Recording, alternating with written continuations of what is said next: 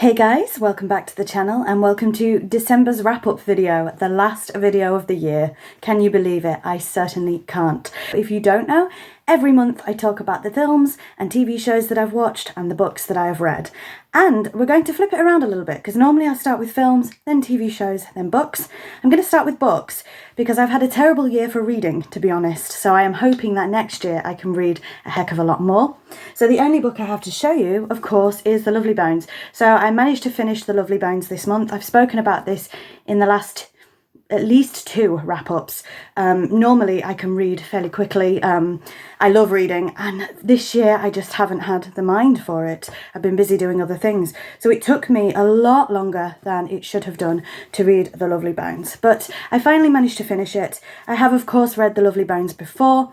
It's a very hard book to talk about. In my first wrap-up, I realised that I am almost unable to talk about it because of the subject matter, and that still stands. So this is going to be a little bit strange to try and talk about The Lovely Bones.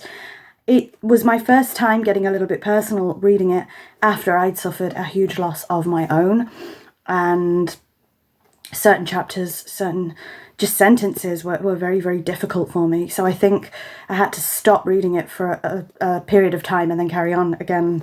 And as much as I love the book, I did have to force myself to finish it just because I found it so difficult. My last book of the year, and hopefully there's a lot more books to talk about next year. We'll now move on to films, and I actually watched some films, but I watched more documentary films than films. So let's have a look. I have my list here and it's a bit all over the place. So let's talk about the one actual film that I watched. Miracle on 34th Street, the, I suppose, remake with Mara Wilson, who was also, of course, young Matilda and other things. So I love Miracle on 34th Street. It's the only Christmas film that I actually managed to watch this year. I watched one Halloween film and one Christmas film, so I definitely want to do better at that next year. Have, of course, watched Miracle on 34th Street before. Never watched the original. I think there's like 3 or 4 of them now, right? Never watched any of the others but the Mara Wilson one, so I definitely want to watch the original if possible, and I think there was a remake after that and then another remake, so probably need to watch all of them. But I do love Miracle on 34th Street, and I do think it has quite a powerful message if you're listening hard enough.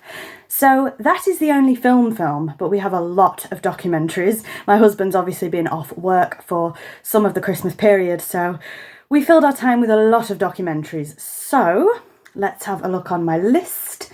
Again, they're all over the place. So we watched The Sinfluencer of Soho on Disney+, which is about Anna Delvey. I'm sure if you watched Inventing Anna on Netflix, you'll know all about this. I didn't watch Inventing Anna, so I definitely need to. And yes, Anna Delvey and her story is very, very interesting, isn't it? I don't know how much I am going to be able to talk about it because I only know what I know from this documentary, and I have a feeling the Inventing Anna documentary would have been a little bit better, so I definitely need to watch that. But what a story. And I think there's a little part of all of us that wishes we could get away with that, you know, what she did. I'm not saying that it's right at all, but what a story, and I don't know how much more I can talk about with that. But again, we have a lot of documentaries. Then Disney Plus, again, we watched Decorating Disney Holiday Magic, which is all about how they decorate the Disney parks for Christmas, as simple as that. Disney's Fairy Tale Weddings Holiday Magic, Weddings in Disneyland, simple as that. And there was one more, which was the Disney's Fairy Tale Weddings Special. Again, Disney weddings, need I say more. Then we watched Queen Maker, The Making of an It Girl, don't bother. So I thought that this was going to be about your sort of Paris Hiltons, your Kim Kardashians, and the rise of the It Girls in Hollywood. It was for the first half, and then the second half took a very bizarre turn. I wouldn't bother. I wouldn't bother watching that. So, yeah, we'll leave that where it is. And finally, for films-ish, Elton John, Never Too Late, the Elton John documentary. I absolutely loved it. So, to my shame, I don't know too much about Elton John. This helped me learn a little bit more about him. And I love that time period of music as well. So it's really, really interesting for me. I love music documentaries, I really, really do. And this one I thought was fantastic. Did I cry my eyes out? You bet your life I did. And I've learnt more about Elton John, and I just loved it. The way it was produced, everything else, I absolutely loved it. So that is also on Disney Plus, and I would recommend that one. So finally moving on to TV shows, and I'm going to go through these fairly quickly. We have American Horror Story double feature. We only watched Red Tide, not the other one. I don't even know what it's called, the alien one. We just watched Red Tide, and that is where we're stopping our American Horror Story journey. You've been on this with me for the last few months.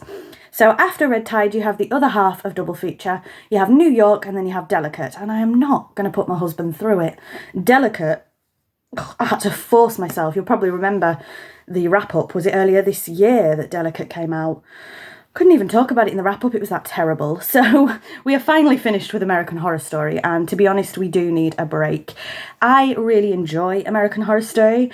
I didn't realise how heavy they were. I find them quite heavy watching one after the other, and my poor husband had never seen American Horror Story before, so he was going from season to season to season. We were really binging it, cramming it all in, and it had affected us a little bit and our mental health, because I think it's quite a lot to do in one go, to be honest. I didn't realise it would have that effect until it did, and my opinions on different seasons of American Horror Story have changed dramatically, but I'm not going to talk about it too much because we've been talking about American Horror Story for probably the last 2, 3, 4 months. So, but yes, we did finish double feature Red Tide, not the other one. Let's not go there.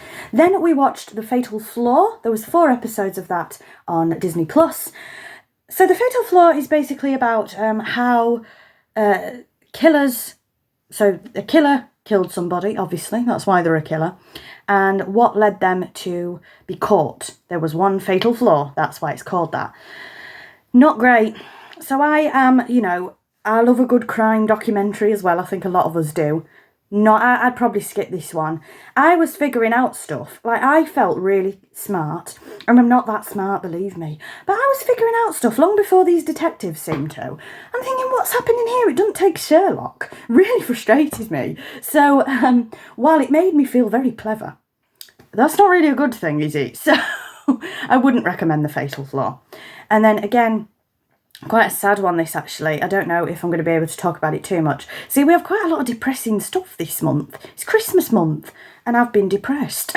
Well, yeah, I laugh about that, but, in all seriousness, that is something that does tend to happen to a lot of people in December for various reasons. So I shouldn't laugh about that, really. I'm just being self-deprecating. But do take care of yourselves. That's all I'm going to say. I don't help myself, because when I get depressed, I've spoken about my mental health journey a lot here. But I will say is I don't tend to help myself, because when I spiral into depression, I'll watch things like American Horror Story and crime documentaries when I should be watching things about fairies and unicorns, stuff that makes me feel better. I don't. So this is a bit of a tangent, but the next documentary I watched, again, 3 or 4 episodes, I think, was 548 Days Abducted Online. Horrible, horrible story. And if you're into that kind of stuff, it's a good documentary.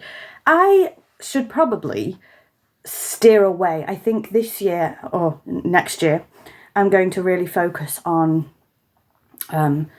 watching positive things, I think. That's not to say that I won't watch crime documentaries or read books like The Lovely Bones, but doing it all in 1 month and 2 months, 3 months, all crammed together has been very, very difficult. Don't know why we do this to ourselves, but we do. So I am definitely going to limit what can affect the brain, So anyway, that was a bit of a rant, but I think we all need it. Anyway, let's carry on. So we have Donna Hay Christmas. That was on Disney+.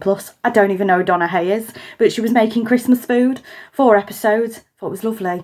Me and my husband were watching thinking, well, we'll try and make those recipes. By the end of it, it was, no, we can't make any of that, it's too posh. But I really enjoyed Donna Hay Christmas. Then we're going on to Christmas Eve here. We watched the Christmas special of Richard Osman House of Games, but we only watched Tuesdays. We watched the Great British Bake Off Christmas special on Christmas Day. Love a bit of Bake Off, but I don't get to watch it often. And then finally, of course, Christmas Day, Doctor Who, Joy to the World. I have seen some very mixed reviews about that, and I myself am quite mixed on it. How do I frame this delicately? So I thought there were too many characters to get really invested into one person's story. Ncuti Gat was phenomenal, as always. Let me be clear, when I'm criticising Doctor Who, I am not criticising Ncuti Gatwa at all. I think his performances are phenomenal. I really, really do. And I haven't felt this way since Peter Capaldi, really. I thought Jodie had some standout moments, don't get me wrong, and then we had a bit of David Tennant sprinkled in. But I really adored what Peter Capaldi did with the Doctor. And I adore what Ncuti Gatwa is doing with the Doctor. I think it's beautiful. But he has been let down by some shoddy writing, in my opinion. But Joy to the World, I enjoyed it for what it was. It's a Christmas special, so it's going to be a bit cheese, isn't it? Too many characters to get invested in. The storyline was slightly convoluted, but it got there.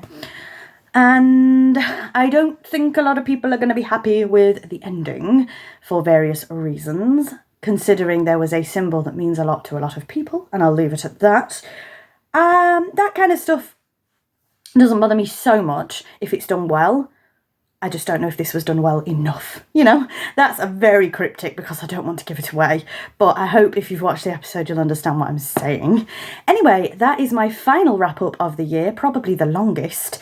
So, like I say, you may have seen already my favourite films and TV shows of the year, or it may be coming after this one, who knows? And of course, shameless plug as always, over on my video gaming channel, Ember Games, we are going to be doing December's wrap up over there. Again, I don't know what order these videos are in. We're in the middle of the Christmas season, so I am pumping these videos out, so I don't know what order they're going to be in. But we have my December wrap up on the video gaming channel, then we have my favourite video games of the year and my favourite video game purchases of the year. Again, no idea what order you're going to see them in. But thank you very much, and I don't know when this video is going out, so I want to take this opportunity to say thank you to every single person who has been here on this channel this year, because this channel for the last couple of years has been, you know, up and down. It really, really has. So I do appreciate you sticking with me very much. I didn't realise I was going to get emotional. I do appreciate you sticking with me because I know that I have been a little bit lax with this channel, and that's something I would love to rectify next year. I can't promise anything because there are things in motion which I can't talk about right now, but I hope that I am a more active presence on this channel next year, and I just thank you all immensely from the bottom of my heart for your support. I really, really do. It means so much to me.